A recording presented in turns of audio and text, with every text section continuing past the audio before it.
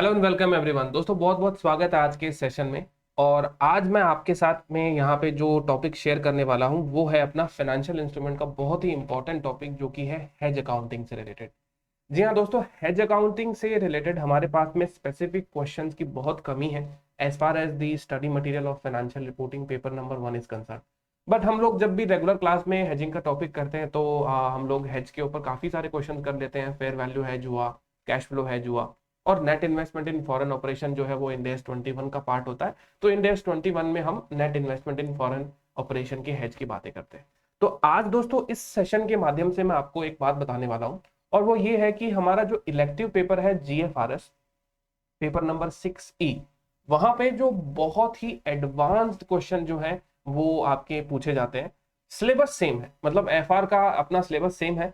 जीएफआरएस अगर इलेक्टिव जिन्होंने लिया है वो बेहतर इस बात को समझ पाते हैं, लेकिन जिन्होंने जीएफआरएस का इलेक्टिव नहीं भी लिया है उनके लिए एक थोड़ा सा जो काम है ना वो थोड़ा सा बढ़ जाता है। वो ऐसे बढ़ जाता है क्योंकि इंस्टीट्यूट क्या करता है, जो नए नए क्वेश्चंस होते हैं ना, जो जैसे आरटीपी बना देते हैं इंस्टीट्यूट, जो है मॉक टेस्ट पेपर बना देते हैं, तो उसके अंदर काफी सारे नए क्वेश्चंस होते हैं और हमें ऐसा लगता है कि देखो इंस्टीट्यूट ने नए नए क्वेश्चंस बनाना जो है स्टार्ट कर दिया है। तो बेसिकली वो क्या है कि वो वन लेवल अप वाले क्वेश्चंस होते हैं जो जीएफआरएस के किसी केस स्टडीज में पूछे गए हैं, किसी पास्ट एग्जामिनेशन क्वेश्चन के अंदर पूछे गए हैं, है ना। सो पास्ट एग्जाम क्वेश्चन पेपर से, जीएफआरएस की केस स्टडीज से बहुत सारे ऐसे क्वेश्चंस होते हैं जो इंस्टीट्यूट हमारे आरटीपी में, एमटीपी में इनकॉर्पोरेट कर देता है। तो आइए दोस्तों उसी चेन में मैं आज आपको एक आज ऐसा हेजिंग के ऊपर क्वेश्चन कराने जा रहा हूं जो काफी अच्छा क्वेश्चन है, और ये आपको मिल जाएगा आपके जीएफआरएस के नवंबर 2020 एग्जाम के क्वेश्चन पेपर में। ये देखिए, नवंबर 2020 एग्जाम का क्वेश्चन पेपर है ये, जीएफआरएस पेपर नंबर 6E। अगर आपके पास में ये अवेलेबल नहीं है तो आप इसको डाउनलोड कर सकते हैं इंस्टीट्यूट की वेबसाइट से। और इसमें आपको केस स्टडी नंबर 4 पे आ जाना है। केस स्टडी नंबर 4, ये देखिए, ये है आपकी case study number 4। So basically क्या होता है कि जीएफआरएस के अंदर इंटीग्रेटेड केस स्टडीज के क्वेश्चंस आते हैं। जैसे बहुत सारे आईएफआरएस के क्वेश्चन जो है वो एक ही केस स्टडीज में इनकॉर्पोरेट कर दिए जाते हैं।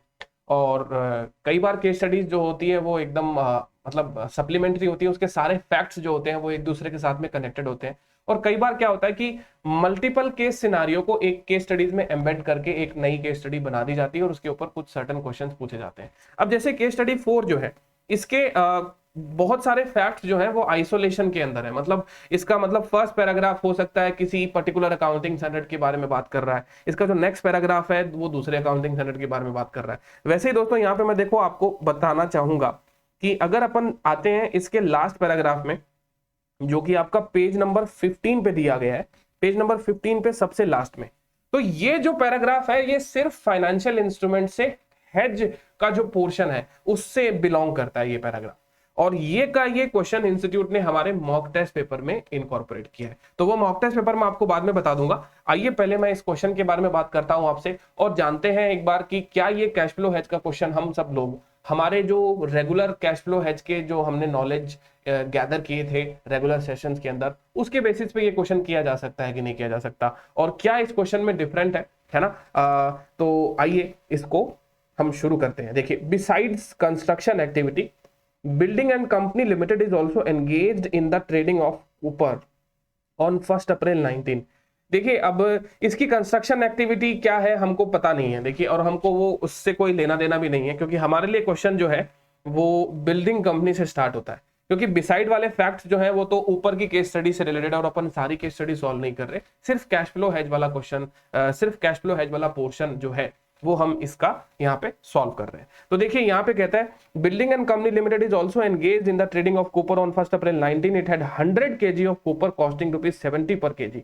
ओके, तो बेसिकली यहाँ पर हमारे पास में क्या है ना, 100 kg स्टॉक है कॉपर का, ₹70 पर किलोग्राम इसका हमारे पास में होल्डिंग प्राइस है, और ये 7,000 रुपए की हमारी कॉस्ट बनती है।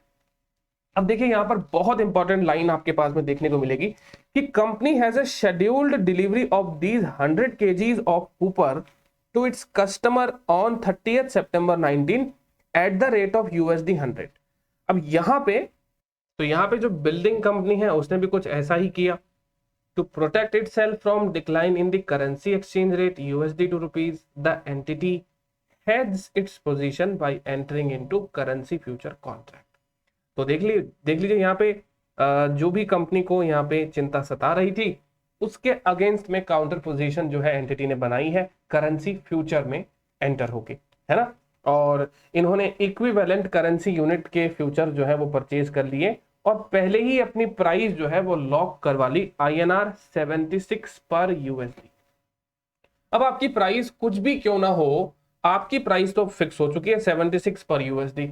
नीचे गिरेगी तो आपको कोई नुकसान नहीं होगा, ऊपर जाएगी तो आपको कोई फायदा नहीं होगा। बस अब आपका 76 पर यूएसडी के ऊपर आपका ये जो कैश फ्लो है वो प्रोटेक्ट हो गया और आपकी रेवेन्यू जो है वो सिक्योर हो गई 76 पर यूएसडी के बेसिस पर। अब ये स्टैंडर्ड जो है IFRS 9 वो हमें यही तो सिखाता है ना कि अब जब आपकी रेवेन्यू प्रोटेक्ट हो चुकी है तो आपको रेवेन्यू ही फिर 76 पर यूएसडी से बुक कर लेनी चाहिए, बट उसको हम थोड़ा सा स्प्लिट कर करके बुकिंग करेंगे। इफेक्टिवली आपकी 76 पर यूएसडी के बेसिस पे रेवेन्यू बुक होगी। जब हम सारी जर्नल एंट्रीज का या सारी पोजीशन का नेटिंग करेंगे ना तो यू विल फाइंड कि आपके प्रॉफिट लॉस के अंदर जो बुकिंग हो रही है रेवेन्यू की वो 76 पर यूएसडी से बुकिंग हो रही है। बाकी का जो फ्लक्चुएशन है वो कोई काम का नहीं है हमारे, राइट। पर 76 पर यूएसडी से रेवेन्यू कैसे बुक कर लें? अभी तो हम 1 अप्रैल को है, 1 अप्रैल के बाद में हमें फिर बाद में 30 सितंबर तक जाना है, राइट। तो अब रही बात ये कि जब जब रिपोर्टिंग आएगा, है ना, जैसे कि आपको पता है कि रिपोर्टिंग हमारा 31 मार्च को आता है जनरली, लेकिन जिनका LR होता है, लिमिटेड रिव्यू होता है, जो लिस्टेड कंपनीज होती है, उनको 3-3 महीने से क्वार्टरली रिपोर्टिंग भी यहाँ पे करनी पड़ती है। तो यहाँ पे देखिए वैसे आपका फ्यूचर कॉन्ट्रैक्ट 30 सितंबर को मैच्योर हो रहा है और यहाँ पे मैनेजमेंट ने परफॉर्म किया है एक assessment of hedge effectiveness and concluded that the hedging relationship qualifies for cash flow hedge accounting and the entity determines and documents that changes in fair value of the currency future contract will be highly effective in offsetting variability in cash flow of the currency exchange। तो basically देखिए यहाँ पे management ने क्या कह दिया कि ये जो आपका हेज है ये किस प्रकार का हेज है, इसकी कैरेक्टरिस्टिक्स क्या है। तो ये कहता है कि ये कैश फ्लो हेज। ऑब्वियस सी बात है, हम लोग वरीड किस चीज के लिए हैं, हमें चिंता किस बात की हो रही है कि हमें फ्यूचर के अंदर जो हमारी सेल होने वाली है, राइट, सेल तो वो USD 100 में हो जाएगी, लेकिन वो जो रिसीवेबल हमारे जनरेट होंगे बिकॉज ऑफ दैट सेल्स, वो हमको जब पैसा देंगे तो वो पैसा जो हमारा इंडिया में कन्वर्ट होगा, INR में कन्वर्ट होगा, वो हो सकता है कम रेट पे कन्वर्ट हो जाए। तो बस उस चीज की हमें यहाँ पर दिक्कत सता रही थी, तो इसलिए हमने क्या कर दिया, उस चीज की रिस्क को एलिमिनेट करने के लिए ये कैश फ्लो हेज में हम एंटर हो गए। तो इस प्रकार का जो हेजिंग रिलेशनशिप है वो जनरली डेजिग्नेट किया जाता है कैश फ्लो हेज, ठीक है। तो अब यहाँ पर ये सारे के सारे कैश फ्लो हेज की जो हमारी डॉक्यूमेंटेशन पॉलिसी है वो हमने सारी अपडेट कर ली है और हमने ये भी पता लगा लिया कि कैश फ्लो हेज ये हमारा हाईली इफेक्टिव होगा और ऑफसेट कर देगा ये variability of cash flow in the currency exchange. इसका मतलब आपकी करेंसी में जो भी वेरिएशन आएगा वो ये कॉन्ट्रैक्ट उस चीज को ऑफसेट कर देगा।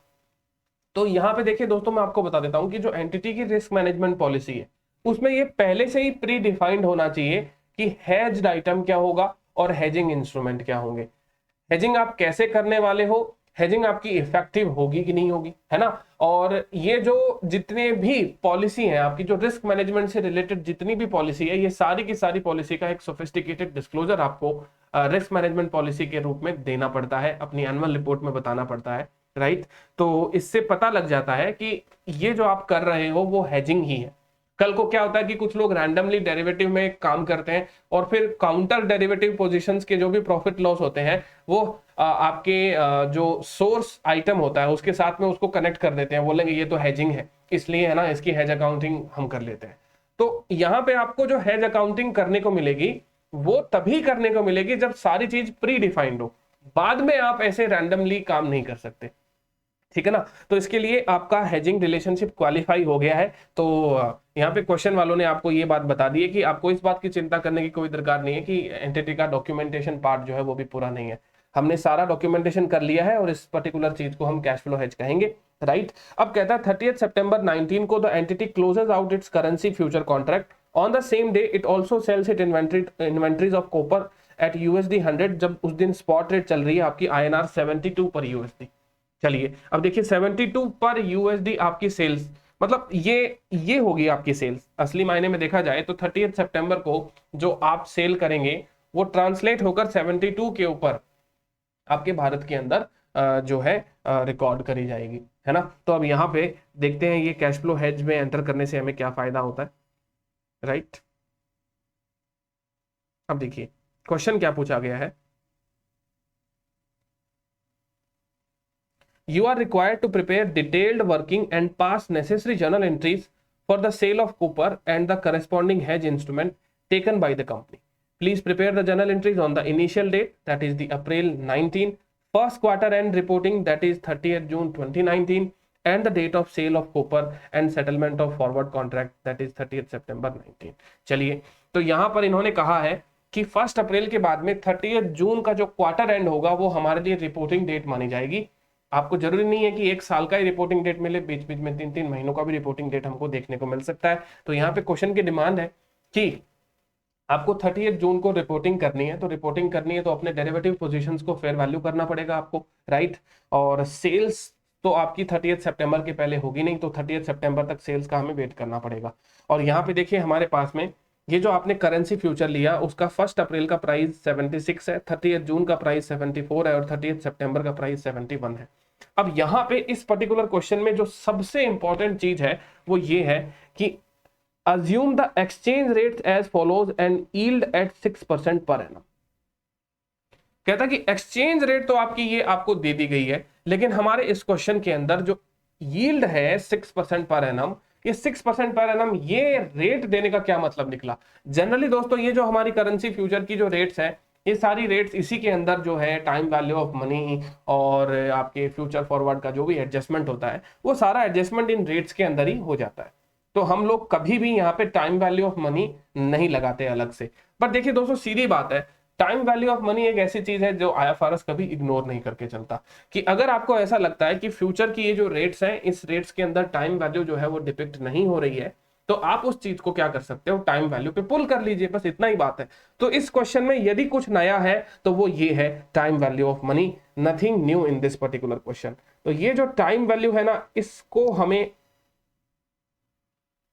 कंसिडर करना पड़ेगा, इसको हमें कंसिडर करना पड़ेगा। अब देखिए 6% पर एनम की रेट है, तो अभी तो हमारा कॉन्ट्रैक्ट टोटल 6 महीने का है। अगर अप्रैल से जून की बात करी जाए तो हम पहली रिपोर्टिंग करेंगे, अप्रैल से जून की बात करेंगे तो अपन 3 महीने की रिपोर्टिंग करेंगे, और फिर जून से सितंबर की बात करें तो ये भी आपकी 3 महीने की रिपोर्टिंग होगी। तो बेसिकली देखा जाए तो अप्रैल से सितंबर तक का जो समय है ये टोटल 6 महीने का समय हो गया हमारे पास में। लेकिन फर्स्ट रिपोर्टिंग होगी 3 महीने की, और जो नेक्स्ट बाद में 3 महीने हैं हमारे पास में उसमें हमको ट्रांजेक्शन जो है वो स्क्वायर ऑफ भी करना पड़ेगा। तो देखिए दोस्तों यहाँ पे आपको क्या करना है, बहुत ही सिंपल क्वेश्चन है, 5 नंबर का क्वेश्चन पूछा गया है ये आपके जीएफआरएस के पेपर के अंदर। अब कैसे इसका सोल्यूशन करते हैं आइए बताता हूं।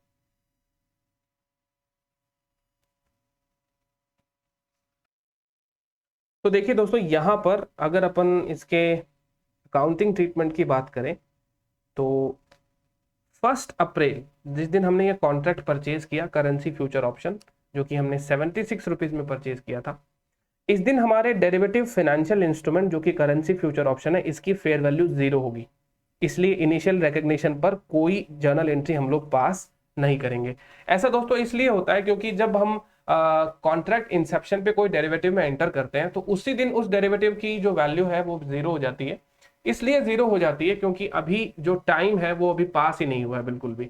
जैसे जैसे आप 1 अप्रैल से 2 अप्रैल 3 अप्रैल ऐसे आगे बढ़ेंगे तो आपके इस डेरिवेटिव में जो वैल्यूज है वो बिल्ट होना स्टार्ट हो जाएगी, क्योंकि या तो करेंसी जो है वो अपसाइड जाएंगे, है ना, मतलब जो रुपी और डॉलर का जो रेट है वो या तो अपसाइड जाएगा या फिर वो डाउन साइड जाएगा। तो अकॉर्डिंगली ये डेरिवेटिव फाइनेंशियल इंस्ट्रूमेंट या तो असेट बनेगा या आपके लिए लायबिलिटी बनेगा। दैट मीन्स कि या तो आपको इस पर्टिकुलर इंस्ट्रूमेंट में कैश का इनफ्लो होगा या फिर इसमें कैश आउटफ्लो भी हो सकता है, क्योंकि ये तो एक डेरिवेटिव मार्केट है। इसके अंदर वैल्यू डिराइव की जाएगी अंडरलाइंग एसेट्स के ऊपर। अंडरलाइंग एसेट्स क्या है, रुपी पर यूएसडी का रेट, और उसमें जिस प्रकार का परिवर्तन होता है उसके बेसिस पर डेरिवेटिव फाइनेंशियल इंस्ट्रूमेंट अपनी वैल्यू जो है वो डिराइव करेंगे। तो आज क्या वैल्यू डिराइव होगी इसकी, आज तो ये कॉन्ट्रैक्ट आपको 76 रुपीज में मिला है, किसी दूसरे व्यक्ति को भी 76 रुपीज में मिलेगा, ठीक है ना। तो यहां पर आज आपके पास में इस कॉन्ट्रैक्ट को ऊपर नीचे के दाम में बेचने की ताकत नहीं है, इसलिए इसका कॉन्ट्रैक्ट इंसेप्शन पे जो वैल्यू है वो 0 होता है।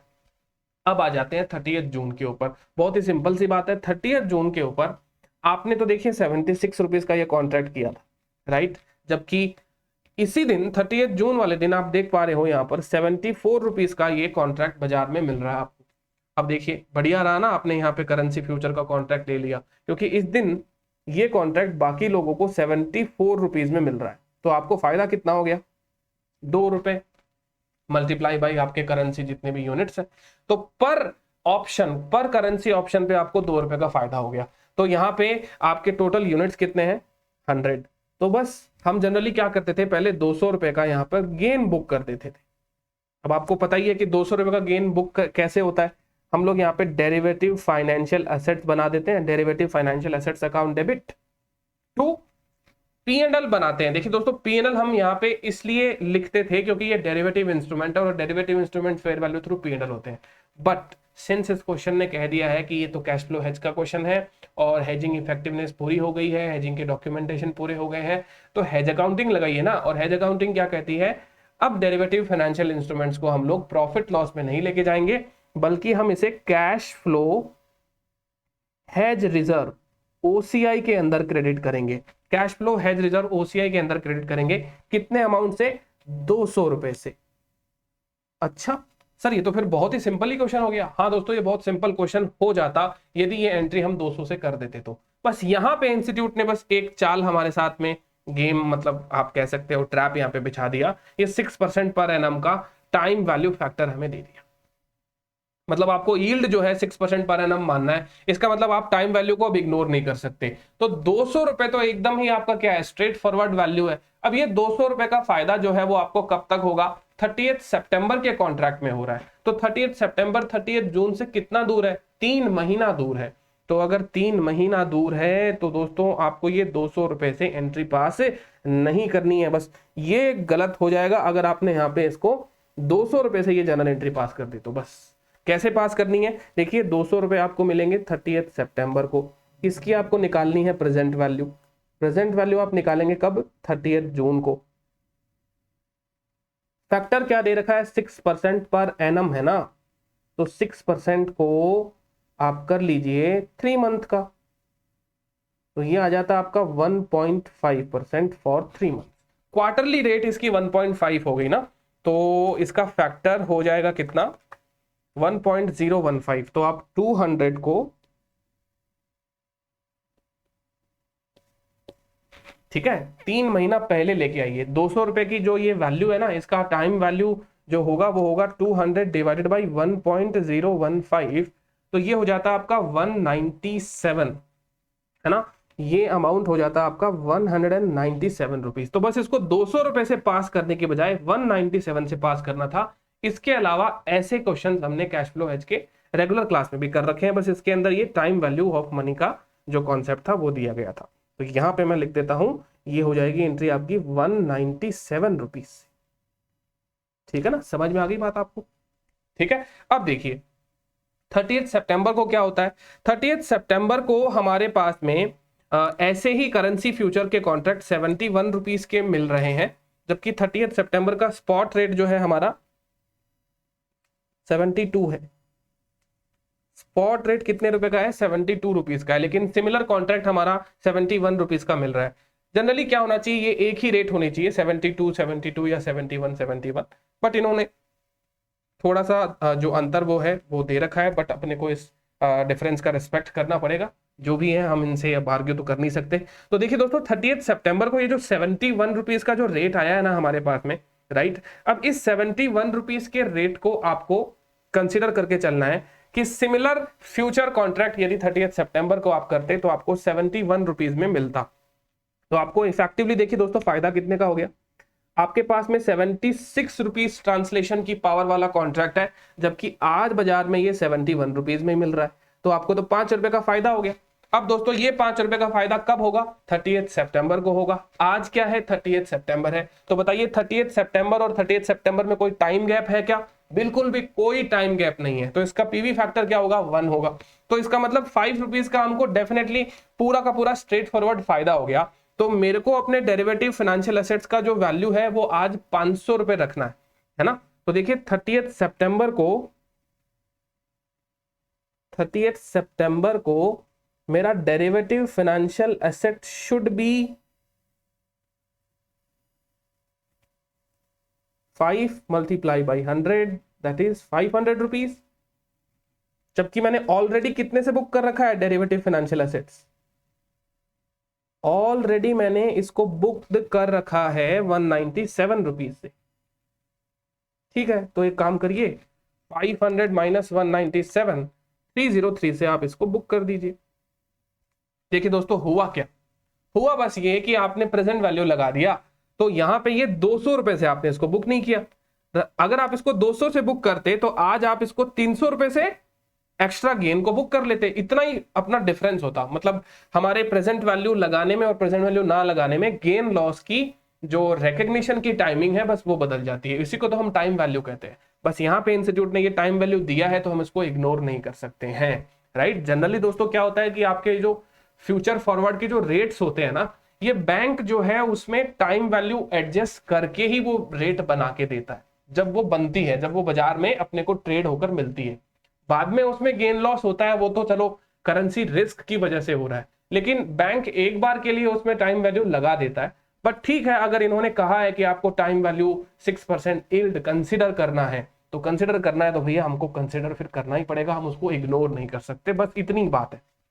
तो 30 सितंबर को मैं एक एंट्री और बुक कर लेता हूं, सेम एंट्री हो जाएगी दोस्तों। ये जो एंट्री हुई ना मेरी, ये सेम टू सेम एंट्री हो जाएगी। क्या एंट्री हो जाएगी देखिए, derivative financial assets account debit to cash flow hedge reserve in other comprehensive income, कितने रुपए से, 303 रुपीज से, 303 रुपीज से। तो आप देख लीजिए 303 रुपीज से ये एंट्री करने से मेरा टोटल डेरिवेटिव फाइनेंशियल एसेट जो है वो 500 रुपीज का यहाँ पे बन चुका है।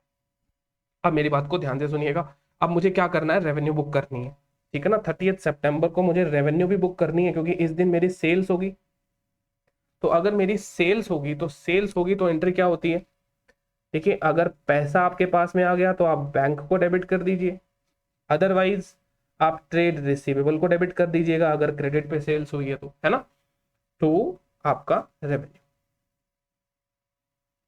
तो यहां पर आप जो रेवेन्यू बुक करेंगे वो कितने रुपए का बुक करेंगे, देखिए स्पॉट रेट जो है ना उसके बेसिस पर आपकी रेवेन्यू बुक करी जाएगी, क्योंकि स्पॉट रेट आपकी 72 है और 100 यूएसडी के अंदर आप जो है वो सामान बेच रहे हैं, है ना। आप 100 यूएसडी के अंदर सामान अपना बेच रहे हैं, 72 रुपीज की आपकी स्पॉट रेट जो है वो बताई गई है, तो 7200 पे आपको रेवेन्यू बुक करनी चाहिए।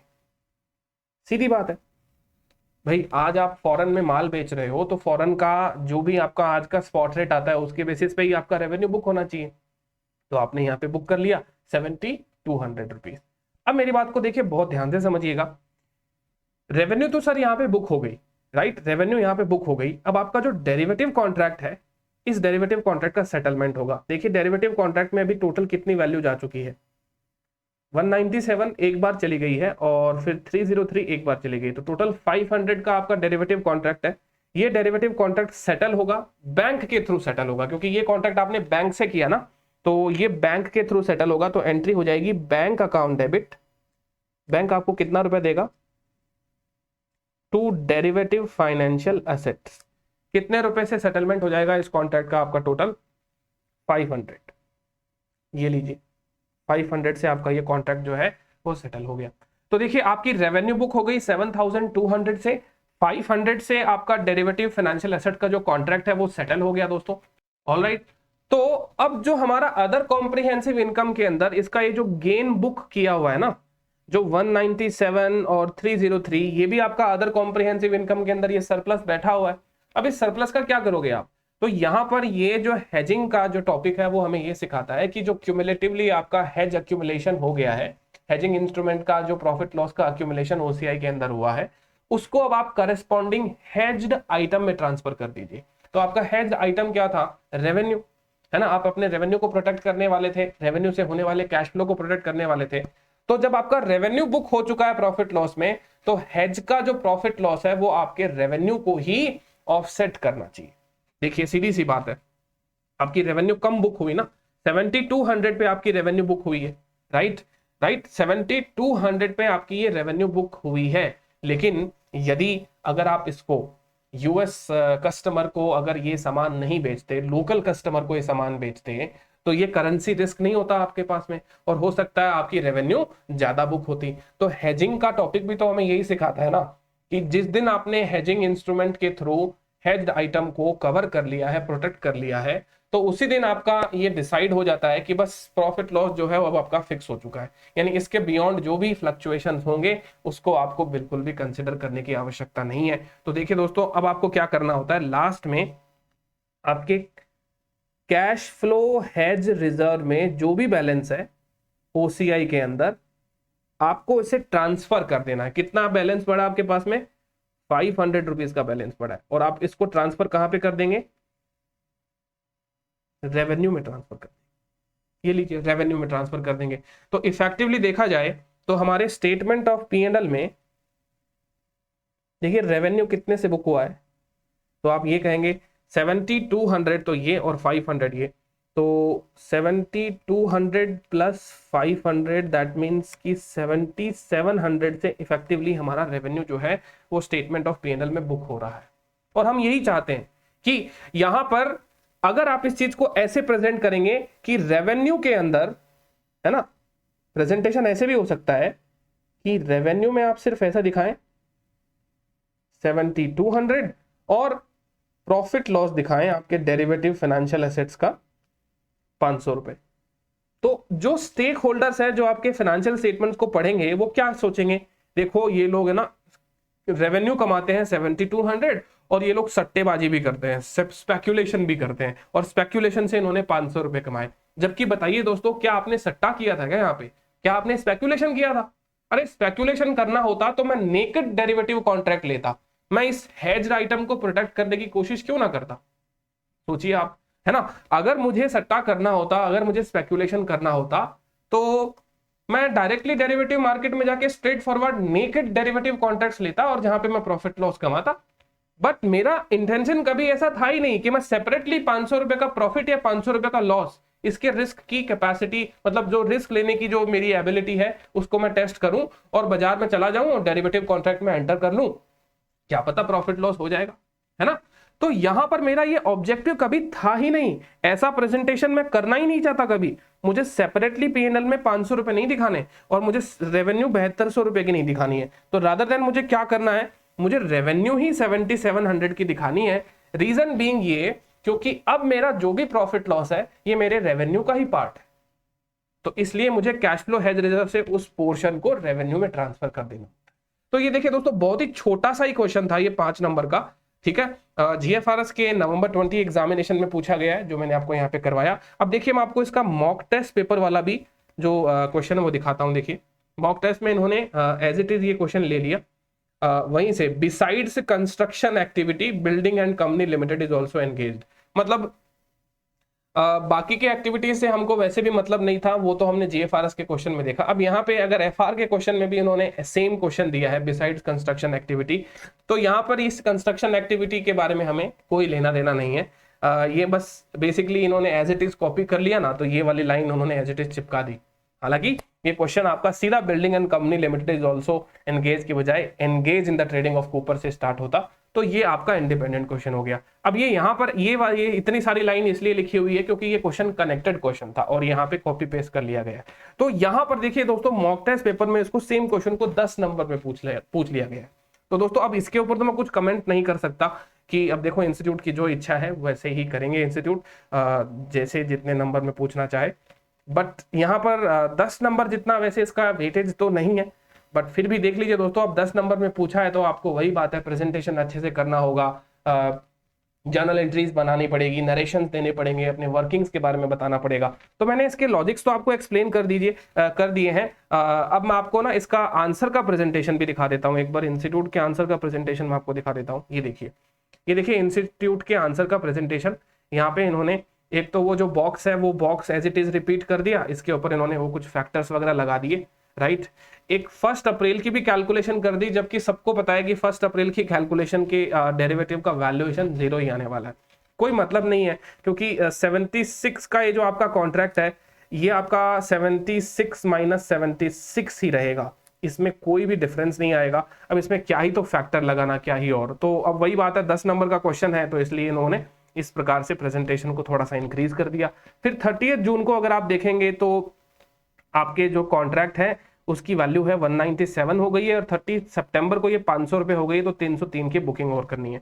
पहली एंट्री आपकी कुछ भी नहीं होगी, ठीक है। फिर बाद में 30 जून को हम डेरिवेटिव फ्यूचर कॉन्ट्रैक्ट को बुक करेंगे, derivative financial assets future contract के नाम पर, और कैश फ्लो हेज रिजर्व के अंदर ये आपका OCI के अंदर अक्यूमुलेट होगा। फिर उन्होंने देखिए दोस्तों नरेशन दे दिया। अब दोस्तों अगर सिंस ये एग्जाम का क्वेश्चन है और एग्जाम के क्वेश्चन के अंदर आपको नरेशन बिल्कुल पास करना होता है, अगर आप जल्दीबाजी में नरेशन मिस कर देते हैं तो वो लोग आपके एक आधे नंबर डिडक्ट कर सकते हैं, तो इस बात का ध्यान रखिएगा। फिर बाद में फिर 30 सितंबर को हमको 303 रुपए का प्रॉफिट हो गया, राइट। और बैंक या ट्रेड रिसीवेबल इन्होंने भी ऑब्लिक करके लिखा है, इसका मतलब अजम्पशन वैलिड है कि ये क्रेडिट सेल्स हो सकती है, कैश सेल्स हो सकती है। 7200 पे सेल्स बुक होगी क्योंकि स्पॉट सेल्स है। और बाद में जो भी आपका कैश फ्लो हेज रिजर्व के अंदर जो भी बैलेंस एक्यूमुलेट हुआ ना, उसका सारा का सारा पोर्शन आपको सेल्स में ट्रांसफर कर देना है, क्योंकि हमारा ऑब्जेक्टिव यही था, हमें अपनी सेल्स को प्रोटेक्ट करना था, सेल्स के कैश फ्लो को प्रोटेक्ट करना था, ना कि हमारा ऑब्जेक्टिव सट्टा खेलना था, स्पेकुलेशन करना था, राइट। और हमारा डेरिवेटिव कॉन्ट्रैक्ट सेटल हो गया 500 रुपए से। ये लीजिए दोस्तों, ये क्वेश्चन हो गया दोस्तों, ठीक है। तो जैसे कि मैंने आपको बताया, अब हेजिंग के वैसे कोई भी क्वेश्चन नहीं है। अब जैसे ये पहला क्वेश्चन नवंबर 20 के GFRS के पेपर में आया, देन फिर ये आपके MTP में आ गया है, और इसी के साथ में ये अकाउंट आपका ओपन हो चुका है, और हम ये एक्सपेक्ट कर सकते हैं कि हेजिंग के क्वेश्चंस आपको फाइनेंशियल रिपोर्टिंग पेपर नंबर 1 में भी देखने को मिले। तो ये था दोस्तों आज का डिस्कशन हमारा। आई होप आपको ये क्वेश्चन जो है with presentation, with logical explanation और विथ जर्नल एंट्रीज वगैरह सब कुछ समझ में आ गया होगा दोस्तों। मिलेंगे हम हमारे नेक्स्ट सेशन के अंदर किसी और नए कॉन्सेप्ट के साथ में, तब तक आपके साथ में इजाजत चाहूंगा दोस्तों। थैंक यू सो मच, मिलते हैं हमारे नेक्स्ट